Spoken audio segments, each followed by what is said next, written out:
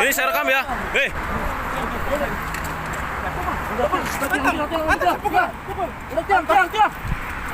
Dan ini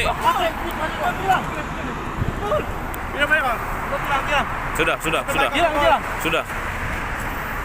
Ini tidak kooperatif.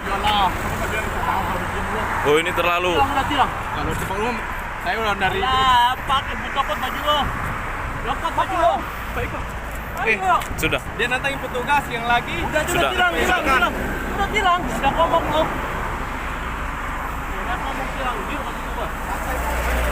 Lo bilangin gua cari lo benar. Siapa nama lo Ruslan? Oh iya. Oh di atas mana lo? Kayak terminal saya.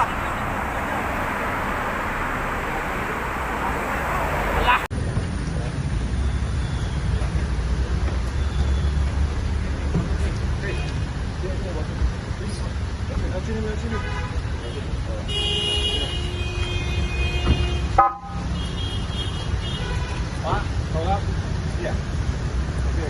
Saya Kompol Teguh Kadafi, Kasat Reskrim Jakarta Barat. Ya.